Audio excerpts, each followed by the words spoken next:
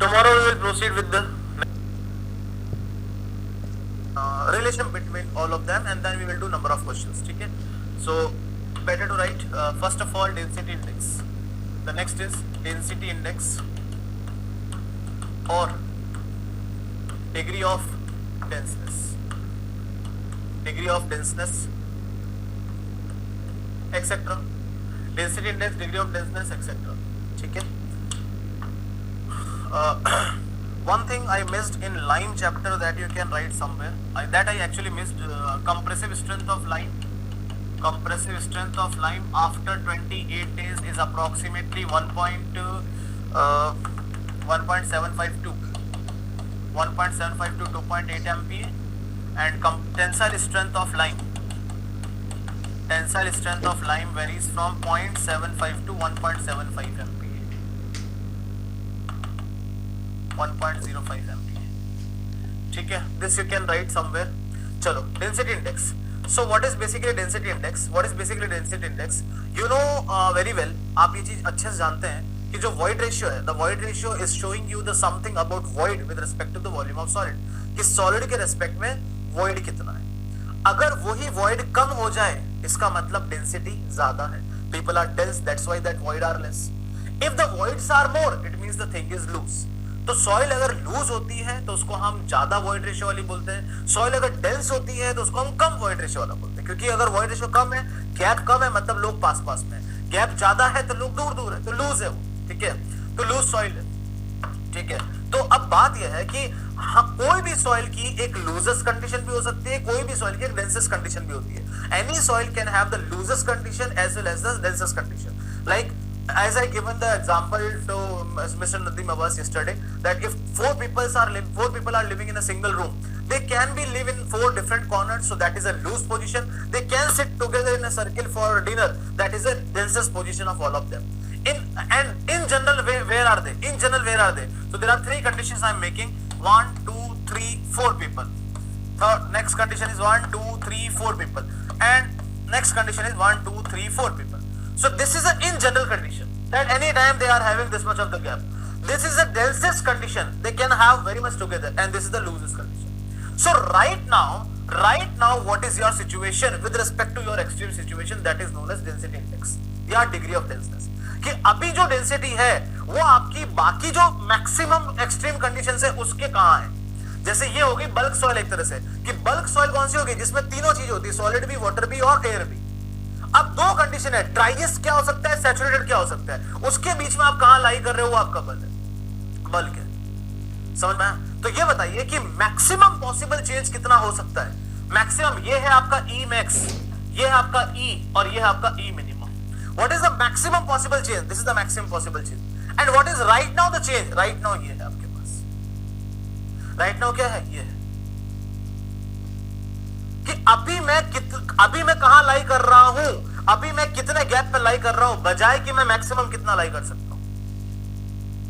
मेरी लूजेस्ट और densest condition सबसे एक्सट्रीम कंडीशन है, और अभी मैं कहां पे हूं. जैसे 100 में 100 नंबर आए तो बहुत अच्छी बात है, 36 आए तो पास हो. आप हो 74 पे, तो आप लाई कर रहे हो 74 पे मैक्सिमम और मिनिमम के बीच में. That is the density index. That is the density index. तो डेंसिटी इंडेक्स का मतलब ये हुआ, डेंसिटी इंडेक्स का मतलब ये हुआ E max minus E divided by E max minus E minimum. इसका मतलब और इसको चाहो तो परसेंटेज में डालना है तो मल्टीप्लाइड बाय 100 कर सकते हो. E max minus E minimum का मतलब क्या है? ये लूजेस्ट कंडीशन है, डेंसेस्ट कंडीशन है. मैक्सिमम चेंज कितना हो सकता है वॉइड रेशियो में विद रिस्पेक्ट टू अभी क्या चेंज पॉसिबल है आपके लाइफ में, अभी की सिचुएशन में आपका क्या चेंज पॉसिबल है. इसका मतलब ये हुआ E max is the maximum void ratio in loosest condition. E minimum void ratio. E minimum is the minimum void ratio in densest condition. और E का मतलब है void ratio in natural condition. Void ratio in natural condition. Void ratio in natural condition. ठीक है? तो मतलब ये हुआ density index is the ratio of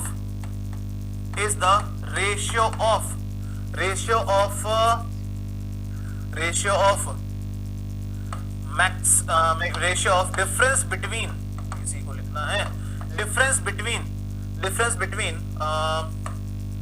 maximum to natural void ratio, maximum and natural void ratio, difference between maximum and natural void ratio to difference between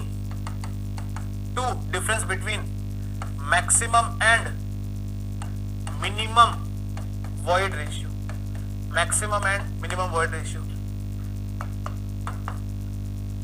density index signifies denseness of soil with respect to its densest and loosest condition,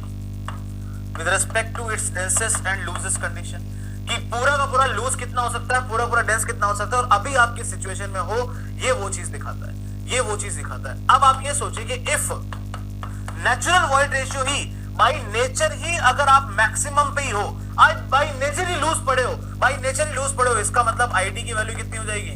ID value will become what 100% और I can से 1 because कैसा, अच्छा ये भी करके दिखाना पड़ेगा, क्योंकि आईडी में अगर ई की जगह ई मैक्स रख देंगे,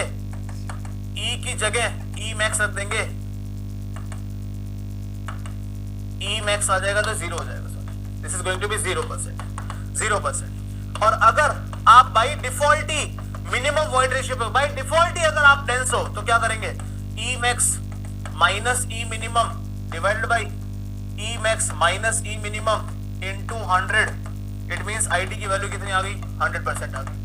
इसका मतलब आईडी की वैल्यू 0 to 100% वेरी करती है, और हमें यह भी समझ में आ गया कि आईडी अगर लोअर साइड में है तो आपकी सिस्टम क्या है? लूज है। आईडी अगर हायर साइड में है तो आपके सिस्टम क्या है? डेंस है। तो if ID is lower, soil is loose. If ID is greater, ज्यादा हो रहा है, इसका मतलब soil is dense.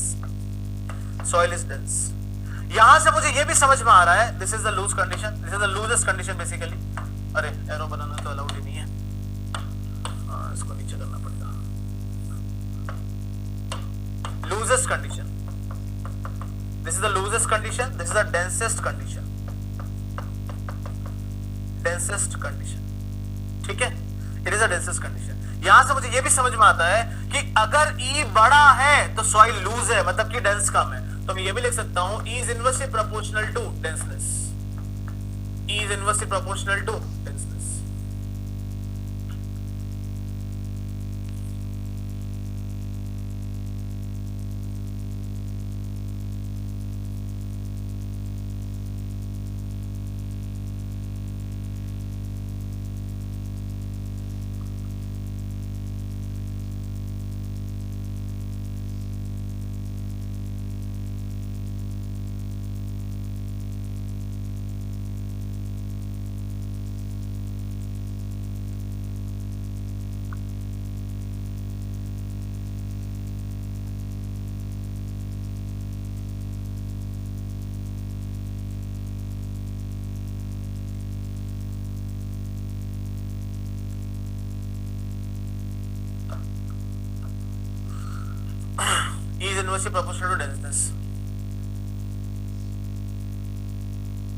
This is what ID.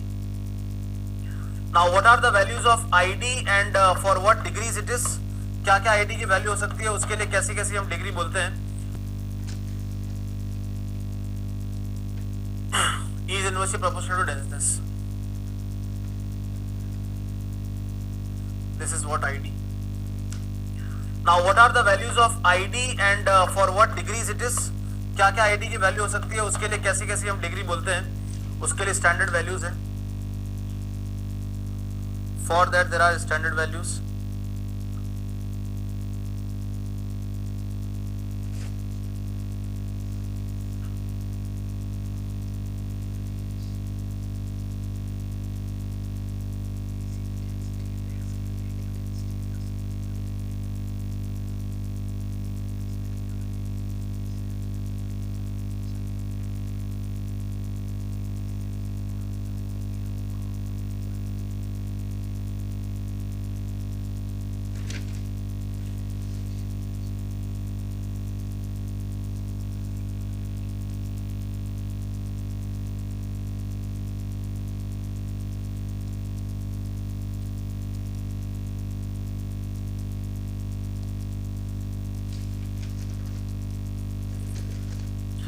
35 it is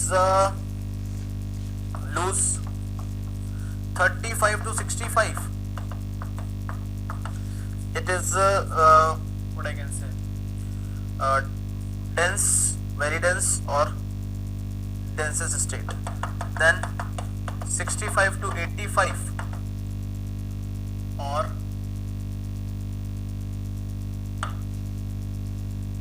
फिर लास्ट आता है 85 से 100. 85 से 100. So very loose, loose, medium dense, dense, very dense. Medium dense, medium dense, dense, very dense. Okay. This is what ID. ये सब ID की value है. एक और पॉइंट है यहाँ पे. The above parameter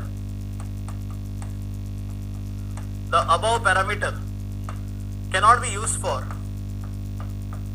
cannot be determined, not used, cannot be determined for fine grained soil like clay, because to determine this test, to determine ID, we required to perform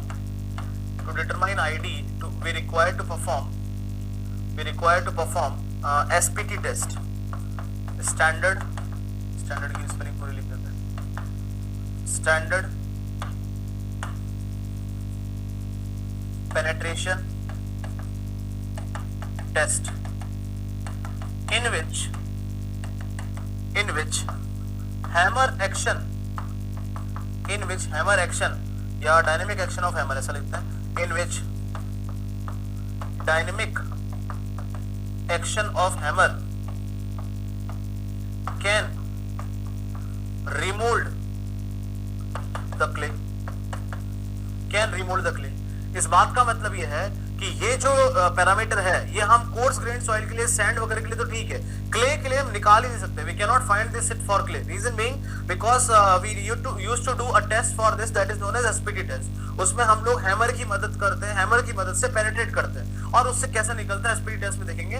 but अभी के लिए SPT test has to be done to determine this, and once you perform the SPT test you require to blow the hammer over the surface, and because of that dynamic action, the clay का structure ही पूरा का पूरा बिखर जाता है.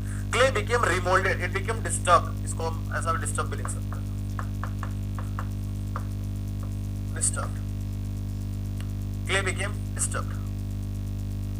इसलिए हम उसके लिए करते ही नहीं. ये चीज इधर कोर्स ग्रेड में नहीं होती तो यहां से कर सकते हैं.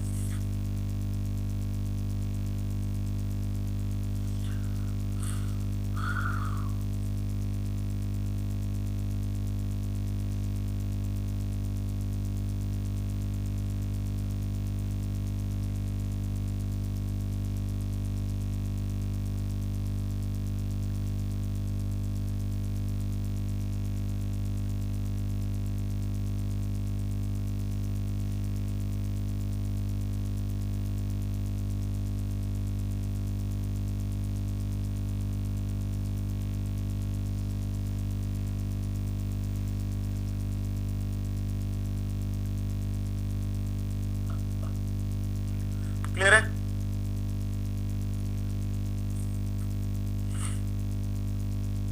Is that clear? अब ये पैरामीटर हमने उस सॉइल के लिए नहीं यूज कर पाए, किसके लिए? फाइन ग्रेन के लिए. तो हमने एक नया पैरामीटर बनाया. We have founded the new parameter. Is this done? Then I will proceed. लिख लिया तो आगे बढ़ते हैं.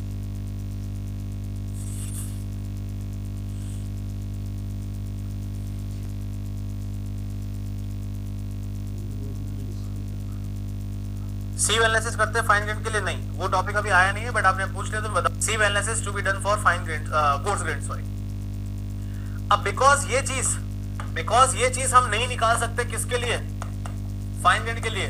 That's why we have to introduce the new topic that is known as relative compaction RC. Relative compaction RC. RC is the ratio of whatever is the dry density is in natural condition and whatever is the dry density in the maximum possible. Dry density का मतलब क्या है? In dry density what you से, weight of solid with respect to volume of solid. Listen carefully. Weight of solid, what is the dry density? Weight of solid with respect to volume of solid. Sorry, with respect to volume of soil. With respect to volume of soil. That is what. Now tell me this one thing. Tell me one thing. If I am getting the maximum value of this, if I am getting the maximum value of this, it means your volume of soil has been compressed. Your volume of soil has been compressed.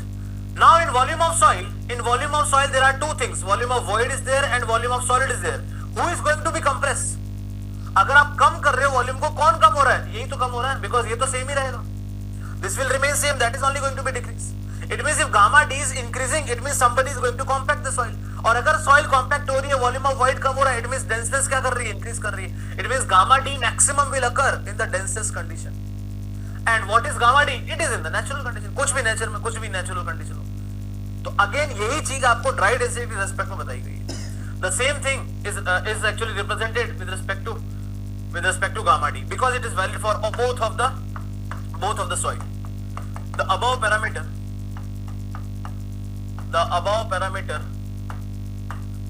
Is valid for both coarse and fine grained soil. Fine grained soil. Relative compaction is the ratio of relative compaction is the ratio of dry density of soil in natural condition and maximum dry density of same soil in densest condition. Gamma d will become maximum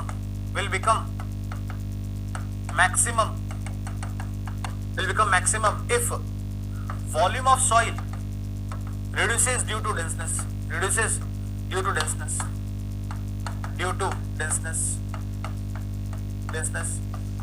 Gamma d is equal to weight of solid divided by volume of soil. If this is less, if this is going to reduce, then only it is going to be increase. And in this also, volume of void is there, volume of solid is there.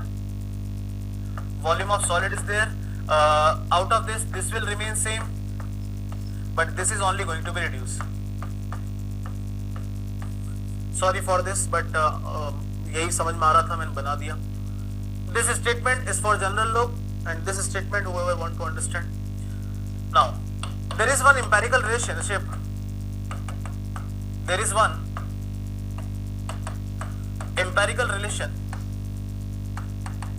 between RC, that is relative compaction, and ID, that is density index. What is that relative empirical relation? 80 plus 0.2 ID. This is the relation.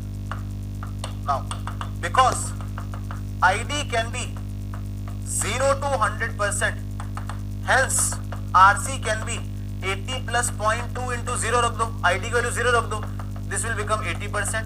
और RC की value क्या हो सकती है? 80 plus 0.2 into 100, that is going to be what? 100%. It means RC varies from 80% to 100%. 80% to 100%. That is also we have proved.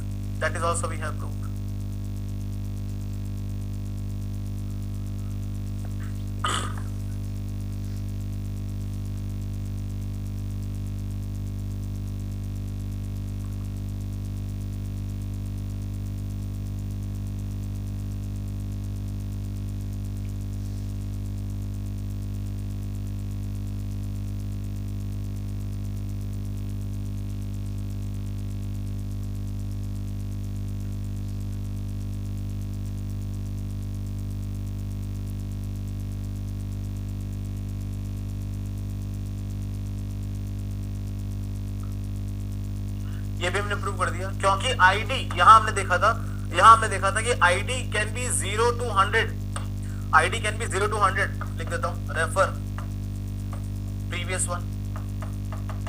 Topic, because id can be 0 to 100 and this is the empirical relationship. If you put 0 over here, answer will be 80. If you put 100 over here, answer will be 100. So it varies from 80 to 100%.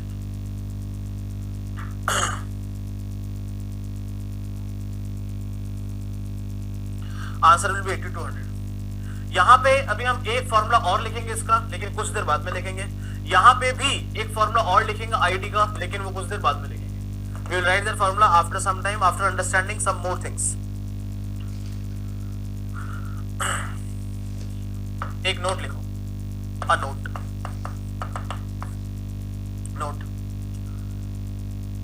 Sample of sand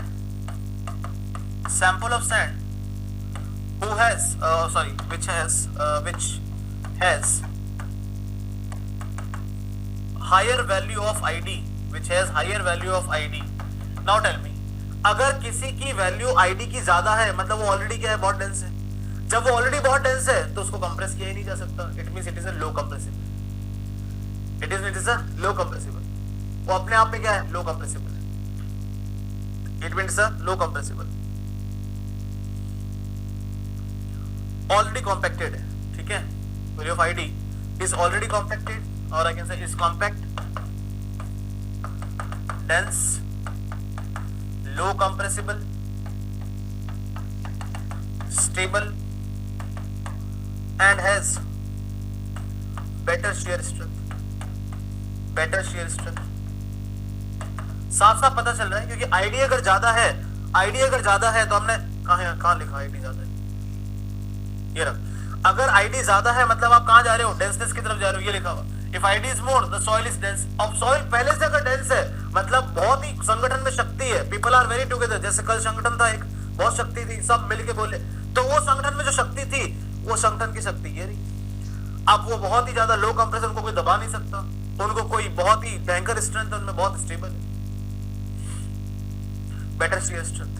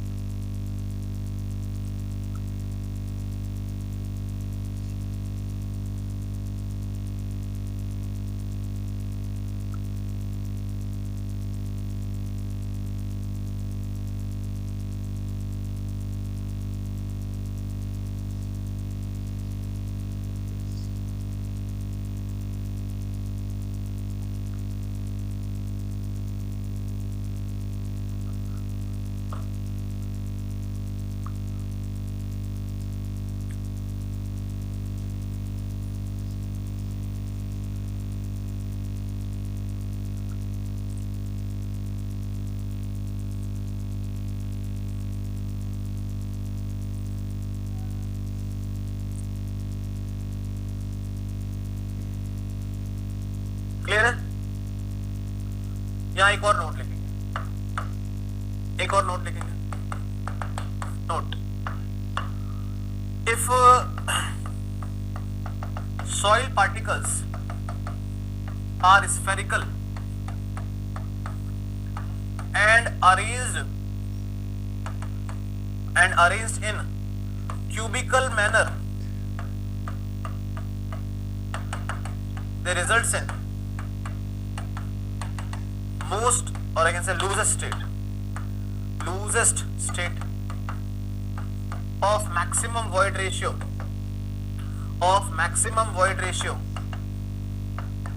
is equal to 0.91, and if arranged in rhombical arrangement rhombical arrangement, they results in densest state of minimum void ratio is equal to 0.35.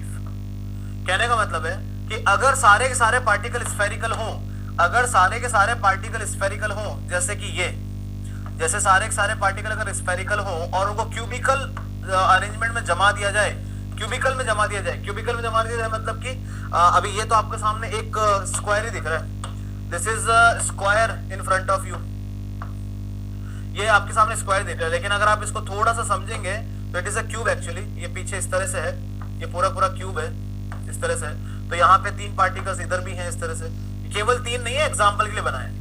So this is the arrangement of your particles which are spherical in nature। तो इस case में ये सबसे loosest condition होती है, इसी को हम सबसे ज्यादा वॉइड रेशियो बोलते हैं, that is 0.91 90%।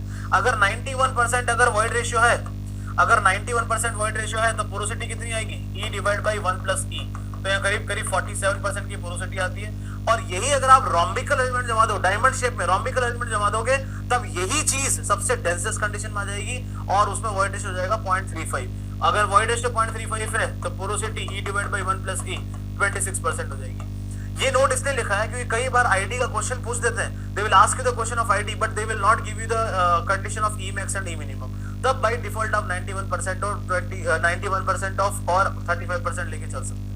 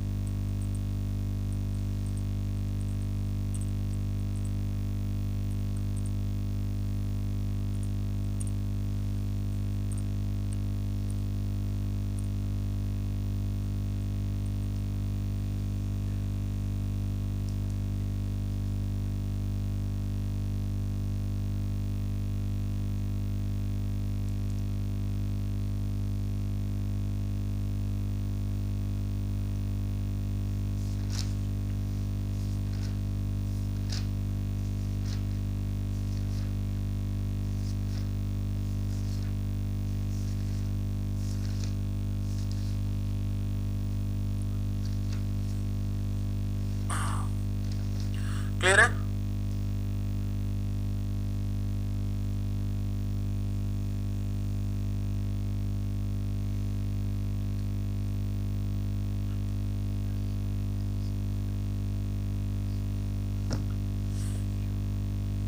Is this clear? Rakhi, Anish, Nirupam, Krishna, Rajan, Vishal Nath, separately because maybe it may waste others time, but अगर चाहिए तो फिर भी कर सकते हैं, जरूरत नहीं है क्योंकि एग्जाम आपका ऑब्जेक्टिव, अब तो पेपर 2 भी ऑब्जेक्टिव है, प्रूव तो करना नहीं है।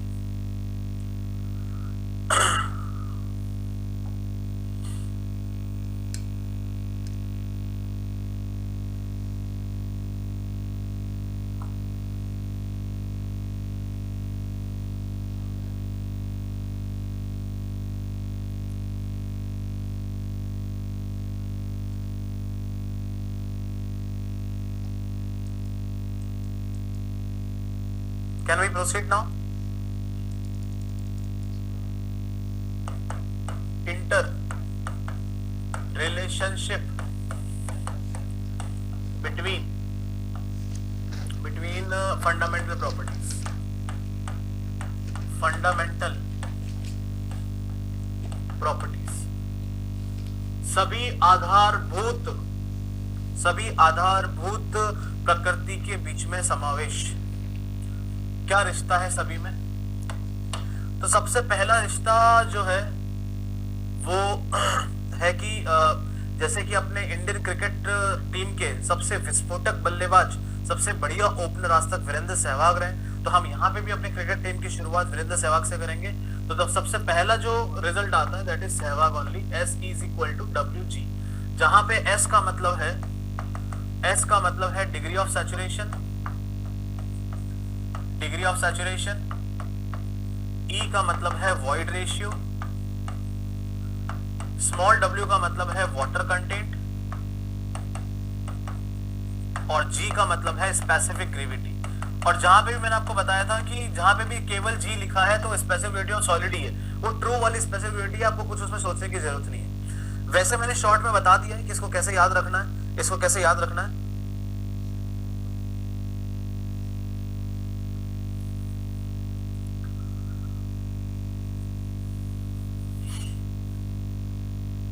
वैसे मैंने आपको बता दिया कि इसको कैसे याद रखना है, बट फिर भी एक पहला है टॉपिक तो इसका डेरिवेशन भी किया जा सकता है, जरूरत बिल्कुल भी नहीं है, बिल्कुल भी नहीं है, बट फिर भी volume of water with respect to volume of solid, यही होता है, इसी को बोलते हैं। अब देखो, अब मुझे यहाँ पे सारी चीजें इंट्रोड्यूस करनी, मुझे यहाँ पे E लेके आना है, मुझे यहाँ पे W लेके आना है, मुझे यहाँ पे G लेके आना है, तो मुझे खुद को ये सब चीजें लेके आनी, तो कैसे लाएंगे? E लाने के लिए क्या चाहिए? वॉल्यूम ऑफ वॉइड और वॉल्यूम ऑफ सॉलिड चाहिए। वॉइड तो है, सॉलिड नहीं है, तो कर दो, इंट्रोड्यूस कर दो। ये लो, वॉल्यूम ऑफ सॉलिड और वॉल्यूम ऑफ सॉलिड से मैंने क्या करा दिया? ऊपर नीचे मल्टीप्लाई करा दिया। जैसे ही मैंने मल्टीप्लाई कराया, ये क्या बन गया? ये बन गया 1/E, क्योंकि इसके नीचे सॉलिड आएगा तो E बन जाएगा, ठीक है? तो मतलब E बना नीचे, तो SE अभी तक क्या बन गया अपने पास में? अभी तक क्या बन गया? S is equal to VW E into V solid, तो SE is equal to volume of water divide by volume of solid बन गया, ठीक है? यहां तक समझ में आया था। अब ये बताओ कि डेंसिटी ऑफ वाटर जो होती है, डेंसिटी ऑफ वाटर को क्या लिख सकते हैं, या यूनिट वेट ऑफ वाटर को क्या लिख सकते हैं? Wait of water divided by volume of water. इसका मतलब वॉल्यूम ऑफ वाटर को मैं क्या लिख सकता हूँ? Weight of water divide by density of water. तो मैंने इसी चीज को लिख दिया, weight of water divide by density of water, और ये volume of solid as it is है, अब सुनना एक और बात, कैपिटल G क्या होता है? Unit weight of solid with respect to unit weight of water, यही होता है। अगर मैं यूनिट वेट ऑफ सॉलिड को ओपन करता हूं तो weight of solid divide by volume of solid आता है, और ये unit weight of water as it is है। तो अब बताओ कि यहां से मैं वॉल्यूम ऑफ सॉलिड को क्या लिख सकता हूं? What I can write volume of solid, that is weight of solid divide by G into gamma W। Weight of solid divide by G into gamma W, यही चीज मैं यहां लिख देता हूं, SE is equal to WW V of solid को क्या लिख दिया? Weight of solid divide by G into gamma W। अब गामा W से आपस में कैंसिल हो गया, G ऊपर चला गया, और ये क्या बन गया? वाटर कंटेंट बन गया। इसका मतलब SE इज इक्वल टू किसके आ गया? WG के इक्वल आ गया। तो वैसे जरूरत नहीं है, बट हमने इसको करके देख लिया। This is what we have done.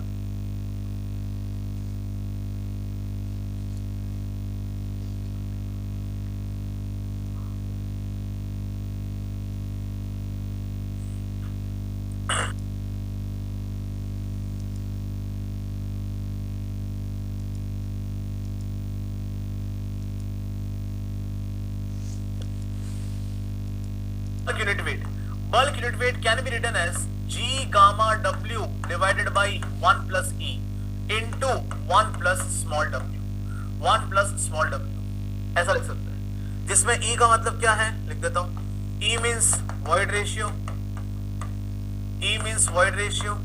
G means specific gravity of soil, solid ही है वो by default, W means water content,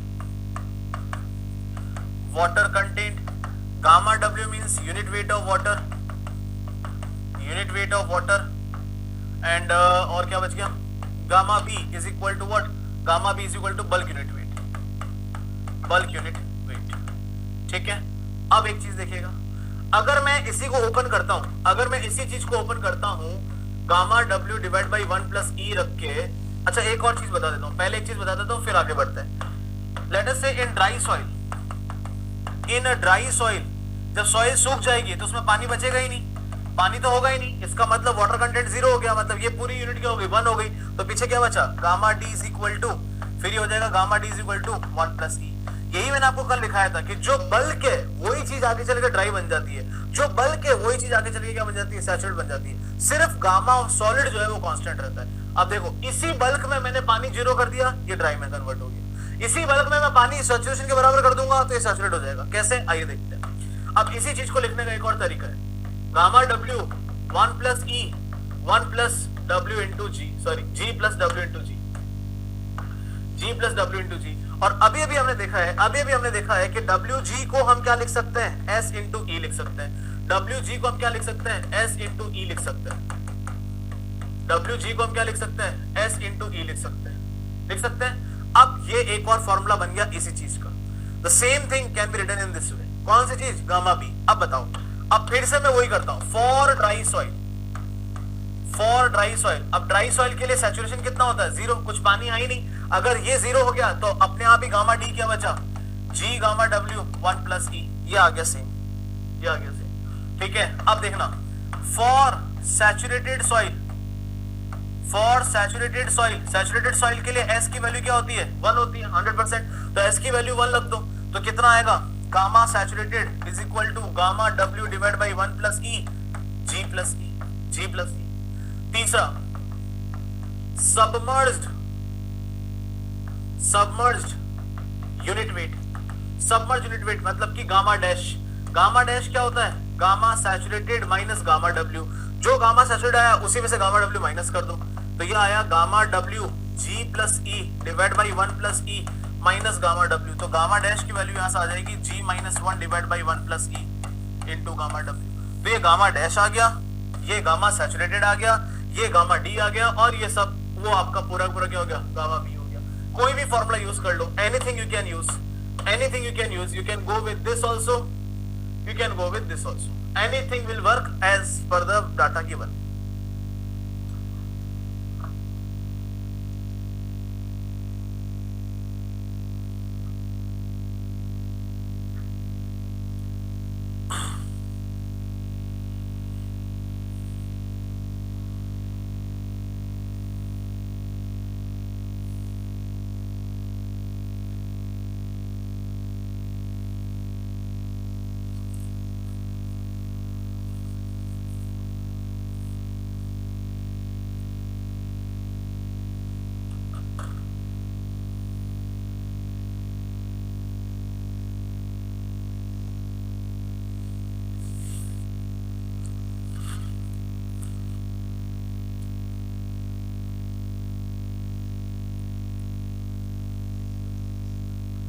ठीक है, समझ में आ गया। अब यहां से हमें एक चीज समझ में आती है, एक और चीज समझ में आती है, देखो ध्यान से। ये गामा डी में जी फिक्स है क्योंकि वो तो सॉलिड तो फिक्स होता है। गामा डब्ल्यू की वैल्यू तो लाइफ टाइम फिक्स है, ई भी फिक्स, ये 1 फिक्स है, ओनली क्या बचा, ई। मतलब जैसे ई वेरी करेगा गामा डी क्या कर जाएगा, वेरी कर जाएगा। जबकि अगर मैं गामा बी में देखो तो उसको वेरी कराने के दोनों लोग चाहिए, डब्ल्यू भी चाहिए, ई भी चाहिए, तो उसके ऊपर मैं कमेंट नहीं कर सकता। लेकिन इसमें गामा डी में ओनली एक ई ही ऐसा है जो वेरिएबल है, जी फिक्स हमेशा के लिए, गामा डब्ल्यू फिक्स हमेशा के लिए, ई है जो वेरिएबल है। तो यहां से मुझे पता चल रहा है कि गामा डी ई के साथ क्या है, गामा डी ई के साथ क्या है, इनवर्सली प्रोपोर्शनल है।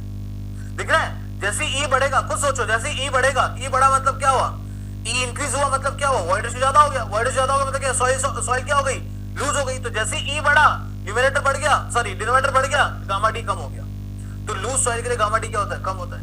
यही चीज आप डेंस सॉइल के लिए देख लो, in dense soil e will be lesser, it means ये क्या हो जाएगा, डिनोमिनेटर क्या हो जाएगा, छोटा हो जाएगा, तो गामा डी क्या कर जाएगा, बढ़ जाएगा। मतलब गामा डी मैक्सिमम हो जाएगा किसके लिए, डेंस सॉइल के लिए, मैक्सिमम हो जाएगा किसके लिए, डेंस सॉइल के लिए। अब इसी चीज को यहां लिखना है, ई मैक्स को क्या लिख सकता हूं, 1 divide by D gamma minimum. Maximum void ratio होगा ही कब, जब गामा डी क्या होगा, मिनिमम होगा। Similarly 1 divide by gamma D divided by 1 divide by E max मतलब क्या, गामा डी मिनिमम, और ई मिनिमम मतलब क्या है, गामा डी मैक्स है। तो the same formula we can write for the ID, the similar way we can write for the ID.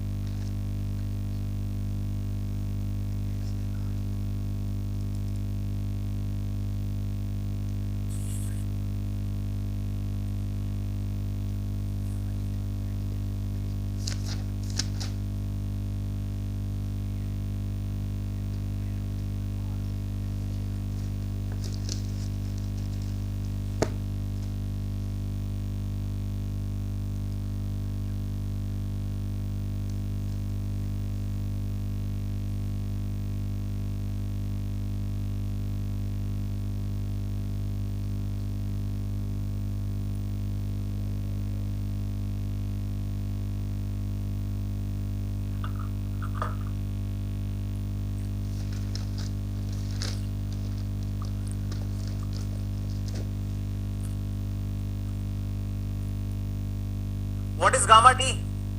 Gamma D का मतलब क्या, देखो आरसी, गामा डी का मतलब क्या है, जी gamma W divide by 1 plus e divide by gamma D max, इसका मतलब क्या है, जी gamma W divide by 1 plus E minimum, क्योंकि गामा डी मैक्स है तो ई क्या होगा, मिनिमम होगा। तो इसको अगर आप ऊपर नीचे करोगे, if you do it, if you make it easy, then it will become 1 plus E minimum divided by G gamma W. Both will get cancelled. So final result for IRC is 1 plus E minimum divided by 1 plus E. Divided by 1 plus E. The same thing you can write in this way also.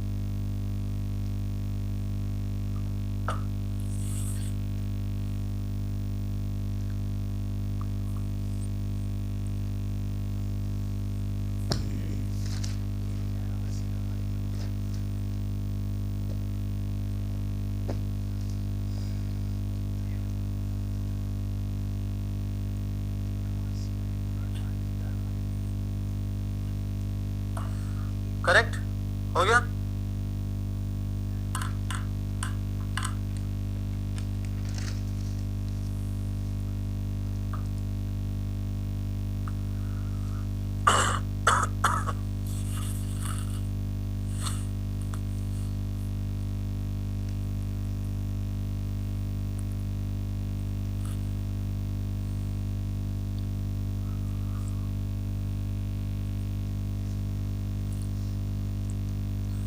चलिए, now will proceed for the questions because inter relationship cover हो गई है। अब हम question पे जाएंगे।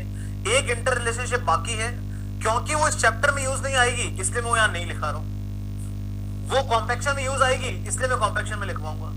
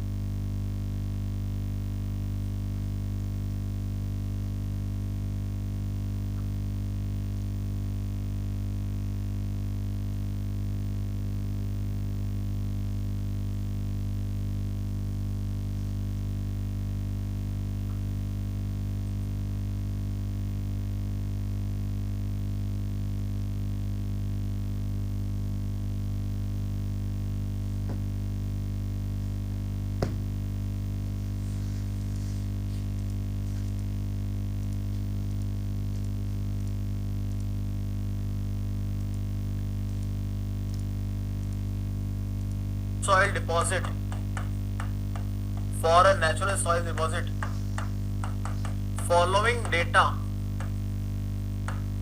observed, following data observed, क्या data observe किया, density is 20 kilonewton per meter cube, water content is 10% and G is equal to 2.65.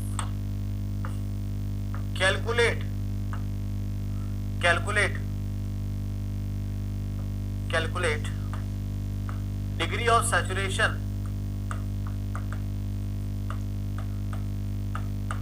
of soil. Calculate degree of saturation of soil.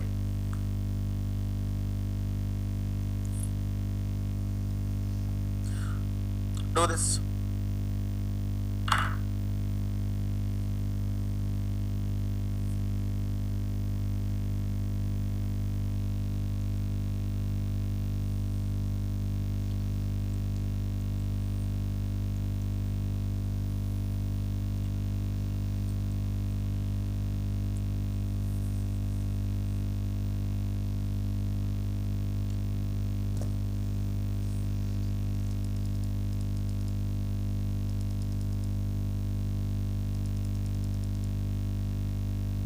One plus W बस आ जाएगा यहाँ से 20, this is 2.65, ये 9.81, 1 plus 0.10, ये 10% पानी है, डिवाइड बाई 1 प्लस ई। तो यहाँ से वॉइड रेशियो निकाल लो, यहाँ से वॉइड रेशियो निकाल लो।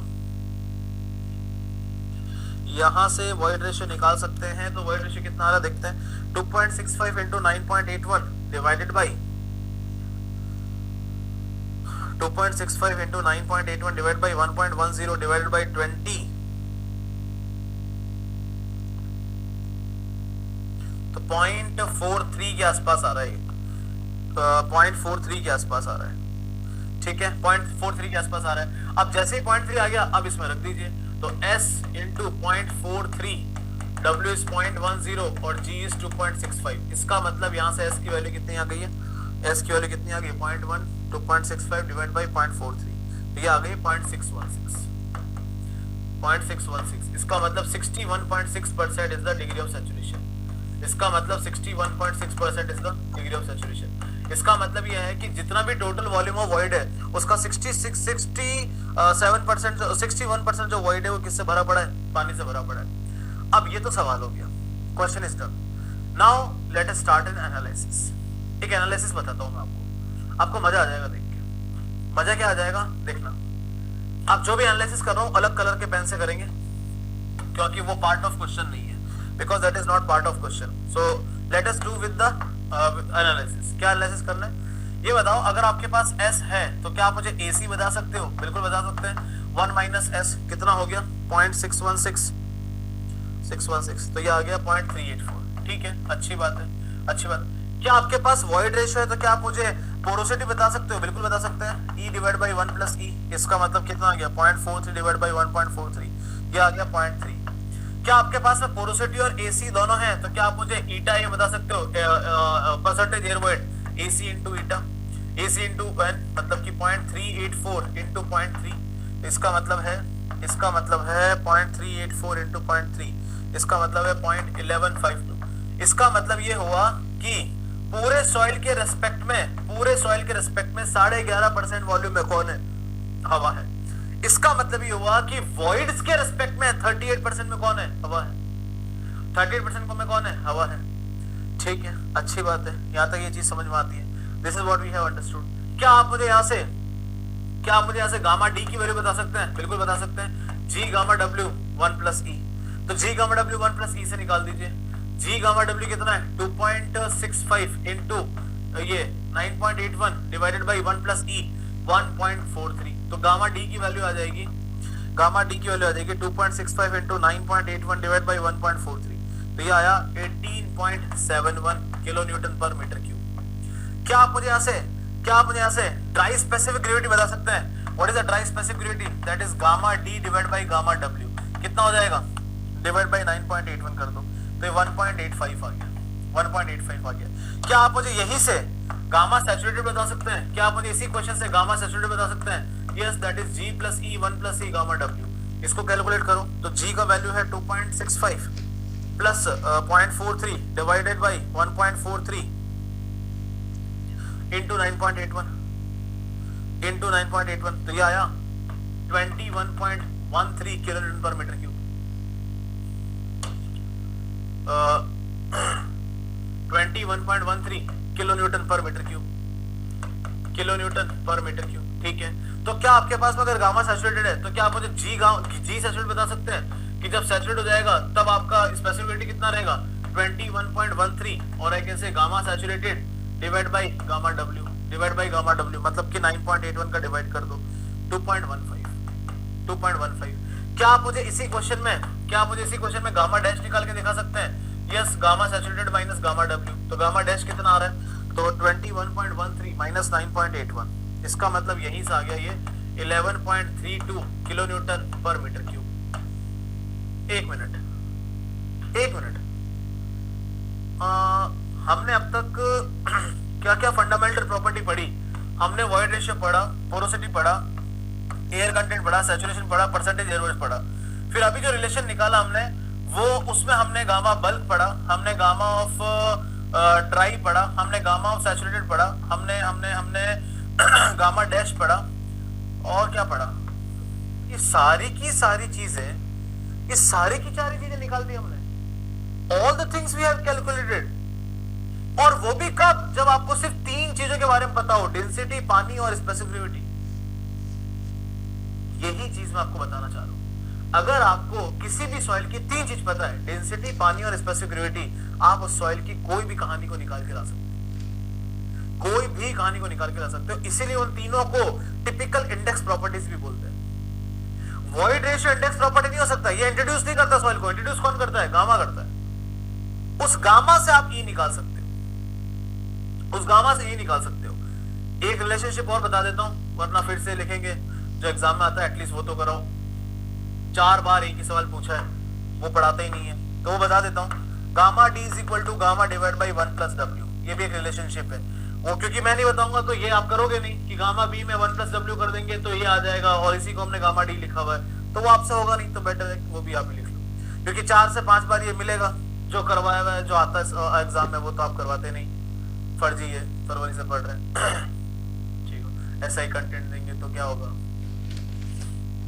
कंटेंट को पढ़ के सवाल किए होते तो पता चलता अब तक सिलेक्शन हो गया होता। चलो, तो इस एक सवाल से, इस एक सवाल 1.9 आ रहा है, 1.9 आ रहा है, नहीं 18.71 डिवाइड बाई 9.81, नहीं अच्छा 1.9 आ रहा है, ठीक है 1.90 आ रहा है, ये 1.90 आ रहा है, वो फिर देख लेते फिर 21.13 डिवाइड बाई 9.81, ये तो सही है, 2.15 तो सही है।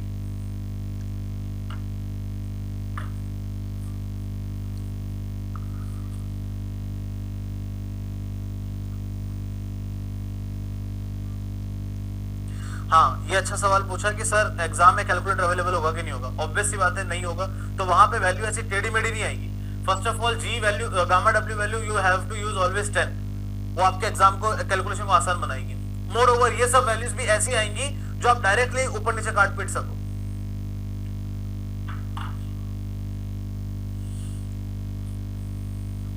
They will never ask you in the typical values, वो कभी भी नहीं पूछेंगे।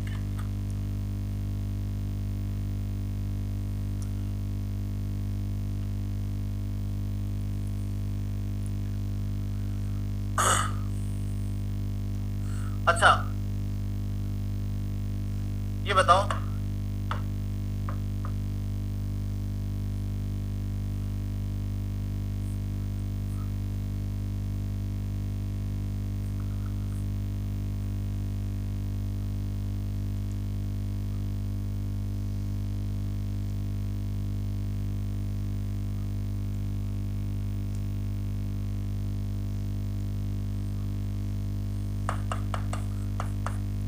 to make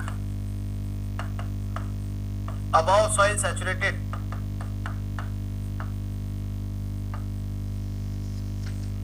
what should be the water content? What should be the water content? ऊपर वाली सॉइल को, ऊपर दी गई सॉइल को सैचुरेट बनाने के लिए कितना वाटर कंटेंट चाहिए? अभी आपका 10% जब पानी है, जब आपका पानी 10% है, तब आपका सैचुरेशन 61% है, तब आपका सैचुरेशन 61% है। अब मुझे क्या चाहिए? What I want to make it fully saturated. E कितना है? 0.43 है, तो पानी कितना होगा, बस यही पूछा है। अबाव सॉइल लिखिए, इसका मतलब सब कुछ वही लेना है। अबाव सॉइल लिखिए, इसका मतलब सब कुछ क्या लेना है? वही लेना है।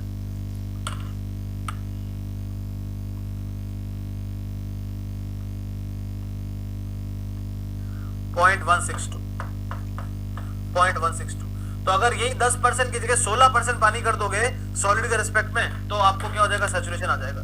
ये क्वेश्चन एग्जाम में नहीं आएगा, एग्जाम में इसका एक छोटा सा पार्ट आएगा। एग्जाम का क्वेश्चन तो ये रहा exam question, this is your exam question. Remaining तो मैंने एनालिसिस करके आगे बढ़ाया है, जस्ट आपको ये कंफर्टेबल लाने के लिए कि अगर आपके पास में गामा, जी और डब्ल्यू हो, और नहीं हो तो आप इन्हीं तीनों को लाने की कोशिश करो। If gamma, W and G is not there, try to bring all of them. If they are there, you can find each and everything. आप कुछ भी पता कर सकते हैं।